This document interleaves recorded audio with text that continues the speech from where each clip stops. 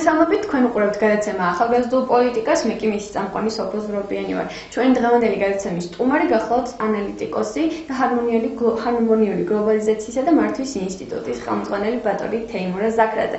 ჩვენი დღევანდელი გადაცემის თემა ეს გახლავთ ისევ მოქალაქეობა, ეს არის მოქალაქეობრივი პასუხისმგებლობა, საქართველოს გეოპოლიტიკა და რა არის ის ფაქტორი, რაც ჩვენ უნდა გავიაზროთ და ვიცოდეთ იმისთვის, რომ ვიყოთ კარგი ქვეყნის კარგი მოქალაქეები. ბატონ თეიმურ, ძალიან დიდი მადლობა, რომ მოგბრძანით, დაგვითმეთ დრო და მოდი პირდაპირ კითხვით გადმოვალ. მაინტერესებს როგორ შეიძლება მოქალაქემ გაიაზროს რა არის თავისი ქვეყანა. დაიწყოს ისტორიიდან სწავლა, უბრალოდ გადმოიღოს ის ძველი წყაროები, ნარკვევები, მოусმინოს სხვადასხვა პოლიტიკოსებს, ექსპერტებს, ანალიტიკოსებს, საიდან უნდა გავიგო, რა ქვეყანაში ვცხოვრობ. ეს არ არის ხომ მხოლოდ რელიგიისა და წესების კულტურის ცოდნა, არის რაღაც, რაც გეოგრაფიამდე მიდის, რაც გეოპოლიტიკამდე მიდის. რა არის გეოპოლიტიკა? რამდენად უნდა სწორად გავიგო და რა კუთხით უნდა მივუძღვეთ ჩვენს ქვეყანას, რომ გავიგო ჩემი როგორც მოქალაქის ვალი ქვეყნის წინაშე. მადლობა, მოგესალმებით.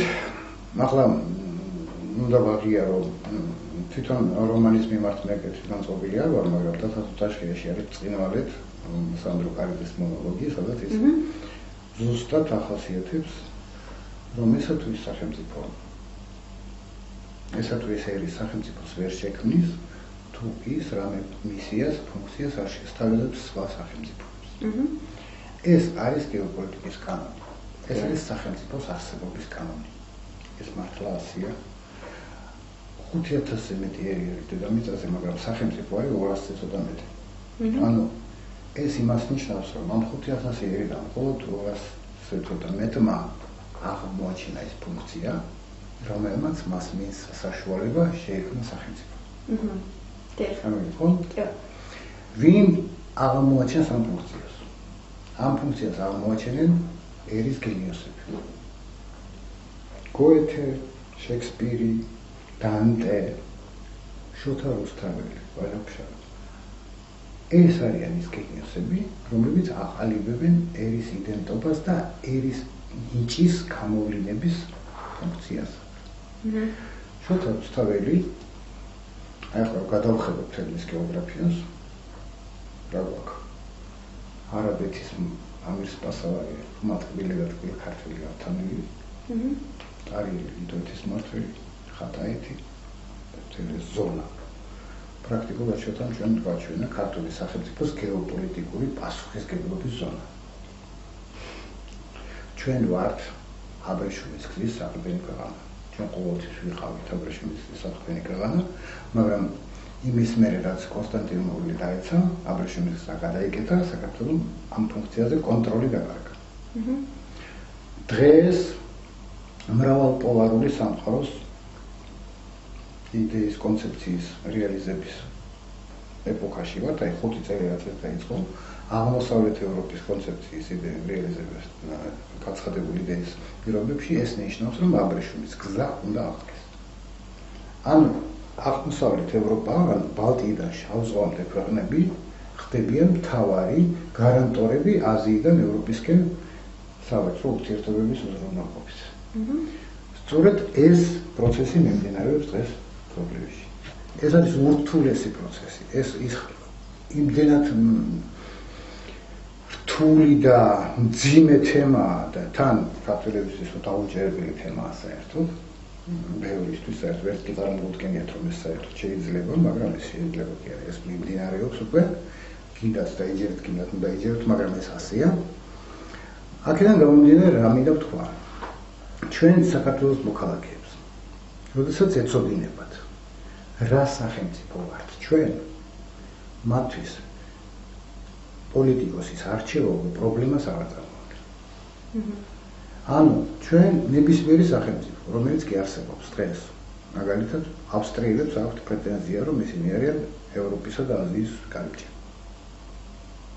გერმანელებს აქვთ პრეტენზია, რომ ისინი არიან ხარისხის ქვეყანა. იაპონელები არიან ამომავალი მზის ქვეყანა და ამავე დროს მათ აქვთ პრეტენზია, რომ ისინი პირველები არიან ყველაფერში და მართლა პირველები არიან, იმიტომ რომ დამეგბაში იაპონელს ვერ ენერჯობს, 3 თვეში უნერგანა ყველაფერში. გამოიგონებენ და 3 თვეში წარმოებაში მაღაზიაში გეტყვი. ანუ ყველა ერმა თავისი რაღაცა ისეთი ფუნქცია წარმოაჩინა, რაც მას აძლევს წარმატების უფლებას. სინამდვილეში ერის ფუნქცია რა არის მისი ნიჭი. ჩვენი ერის ნიჭი, რომელსაც სჭირდება რეალიზაცია და რა ნიჭი აქვს საქართველოს? საქართველოს აქვს უნიკალური ნიჭი. ჩვენ შეგვიძლია დასავლეთ და აღმოსავლეთის დაკავშირება. ჩვენ შეგვიძლია ამ ორი ცივილიზაციის კავშირი ისე დავამყაროთ, მშვიდობიანად, ჰარმონიულად და ინსტიტუტის სახელით მაგიტომ დავარქვი, რომ ჰარმონიული გლობალიზაცია ნიშნავს აბრეშუმის გზა ნიშნავს ჰარმონიულ გლობალიზაციას. დღეს აღმოსავლეთი და დასავლეთი რეალურად ერთმანეთთან არის დაკავშირებული. არა, როგორ არ არის დაკავშირებული, მაგრამ სახმელეთო გზები დღეს სწორედ იმ ადგილებში აქვს დაკავებული რუსეთს, სადაც ეს კავშირები ყალიბდა. ყირიმი, კავკასიის გადასასვლელი, უკრაინა და საქართველოს ოკუპაცია. ბატონო, მე პირადად ძალიან ბევრჯერ გამიგია ის, რომ ანუ ისტორიულად ჩვენთან ტერი შემოდიოდა და საუკუნოვანი ბატონობა იყო. მაგრამ ჩვენ დღეს როგორც ერი მაინც ვარსებობთ.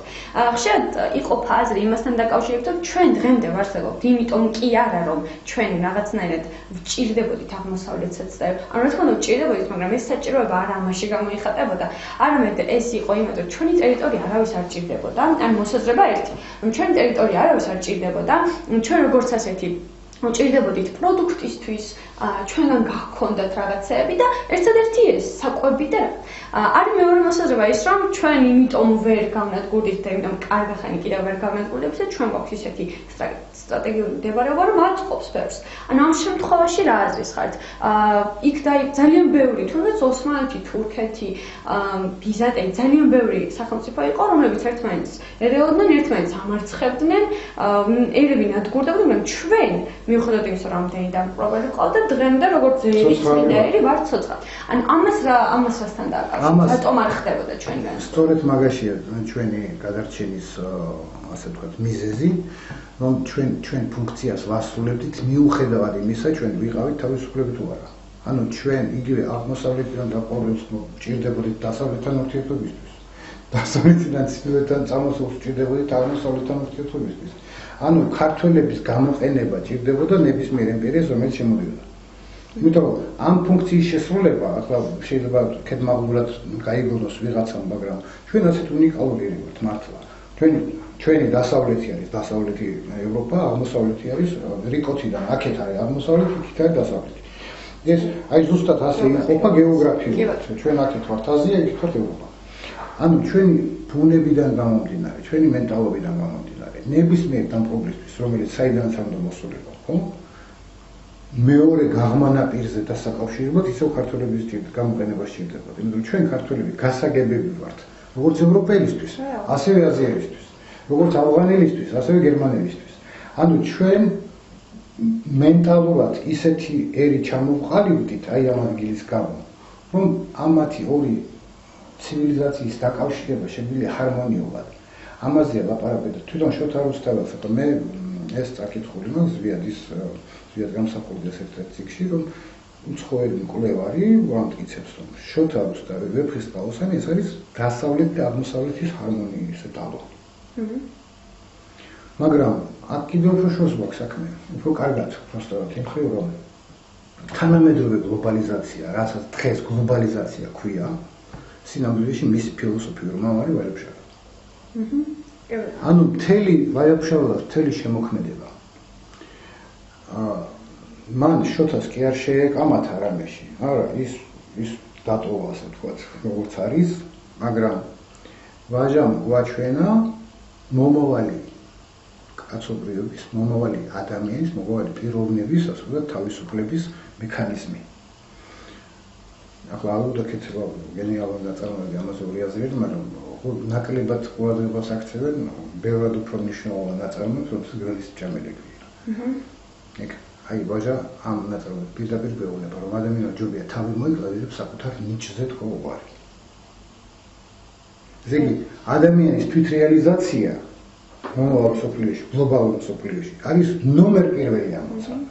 მისი თავისუფლება, მისი პირადი უფლებები არის ხელუხლებელი და ეს არის ნომერ პირველი და სწორედ ეს გლობალიზაციის არსი, ფილოსოფიური არსი გამოიხატება იმაში, რაც ვაჟამ შემოყალიბდა.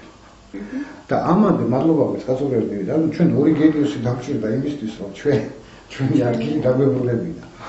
აი ქართველმა რო გაიაზროს ეს, როგორც კი ჩვენ გავიაზრებთ და დავირწმუნებთ, რომ ჩვენზე უნდა გადიოდოს აბრეშუმისა და როგორც გადიოდა მრავალი საუკუნეების წინ და ჩვენ ვაკავშირებთ ამ ორ ცივილიზაციას. ჩვენ ბევრად მნიშვნელოვანი ქვეყანა ვართ, ვიდრე რუსეთი და ამერიკა. არა, ამერიკა ახლა ამაში ჩვენ უერთგულესი პარტნიორი, იმიტომ რომ ამერიკას ეს ესმის და სწორედ ამერიკა ლაპარაკობს აბრეშუმის გზაზე. სწორედ პრეზიდენტ ობამას გამარჯვეს მოსმენილი და მისი ადმინისტრაციისგან. ანუ აბრეშუმის გზის აღდგენა ეს არის ევრაზიულ კონტინენტზე მშვიდობის გარანტია. და ჩვენ, როგორც სახელმწიფო, ამ შემთხვევაში ვართ ერთ-ერთი საკვანძო ქვეყანა უკრაინასთან ერთად. და აი ამას, როცა გაიაზრებს საქართველოს მოქალაქეები, ისე არასდროს აღარ აირჩევენ ვინმე ისეთ პოლიტიკოს, რომელსაც სხვანაირი აზრი ექნება. ჩვენ ბევრად მნიშვნელოვანი თვითმყოფადი სახელმწიფო ვართ და ბევრად მდიდარი სახელმწიფო უნდა ვიყოთ წესით და რიგით, იმიტომ რომ ამ ორ ცივილიზაციას როცა აკავშირებ, ჩვენი თავისუფლების ხარისხი უნდა იყოს უმაღლესი და პროფესიონალიზმი უნდა იყოს უმაღლესი, იმიტომ რომ ჩვენ სხვანაირად არ გამოვიდა უბრალოდ. საქართველოში გამორიცხულია რამენაირი ტიპის დიქტატურა, რამენაირი ტიპის ავტოკრატია თუ ტოტალიტარიზმი. გამორიცხულია, იმიტომ რომ ჩვენი ფუნქციიდან გამომდინარე ჩვენ ვერ ვიქნებით. ჩვენ უნდა ვიყოთ გახსნილი, დემოკრატიული, განვითარებული და ძალიან კრეატიული სახელმწიფო. აი ეს არის ჩვენი დანიშნულება. ან თქვენ ფიქრობთ, რომ მოქალაქეობის გააზრება უნდა იწყებოდეს სახელმწიფოს გააზრებიდან, სახელმწიფოს ფუნქციის გააზრებიდან, ამის შემდეგ გადავდივართ უკვე ისეთი პიროვნებების ზემოში, ანუ ჩვენ არჩევნებზე რომ მივდივართ, უნდა მოგწონდეს ის პიროვნება, ვისაც ხმას ვაძლევთ და არა იმიტომ უბრალოდ ვინც ამ ფუნქციის მსახურებაზე არის ორიენტირებული. იმ იდეოლოგიის ქვეშ არის და იმ იდეოლოგიას ემსახურება, რაც ჩვენთვის მისაღებია. და შემდეგ უკვე ჩვენ თვითონაც, ანუ ჩვენი წვლილიც ხომ არის, ანუ მოქალაქეებს ხომ შეუძლიათ რომ წვლილი შეიტანონ პოლიტიკოსი, მე შემიძლია ჩემი იდეები განახორციელოს, თუნდაც სამთავრობო სექტორში, თუნდაც არასამთავრობო სექტორში. ანუ დღეს მე მგონი ამის ნაკლებობა არის. ჩვენ არ გვყავს ჩამოყალიბებული ისეთი იდეოლოგიის ქვეშ ყოფი, შეიძლება იყოს პოლიტიკოსი ან პარტია, ან შეიძლება ვინმეს ყავს, მაგრამ უმრავლესობას ჩანს რომ არ ყავს, იმიტომ რომ რეალურად ჩვენივე არჩევანს რამდენიმე თვეში ვგამოვთ, ასე გამოდის. და მივდივართ რაღაც იმიტომ რომ საზოგადოება ცხოვრობს ანუ გაურკვევლობაში მიზანი არ შეიძლება იყოს რაღაცა აი არ შეიძლება დიპლომის მიღება მაგალითად იყოს მიზანი უნდა იყოს პროფესიისათვის და გააზრება რა პროფესიის ხარშე ანუ სახელმწიფოს არსებობა უბრალოდ იმიტომ რომ ადამიანის უფლებები იყოს დაცული და რაღაცა ეს თავისთავად უნდა იყოს რა თქმა უნდა მაგრამ თვითონ სახელმწიფოს რომ რაღაცა ფუნქცია გააჩნდა, ეს ფუნქცია უნდა სრულდებოდეს სხვა სახელმწიფოებისთვის.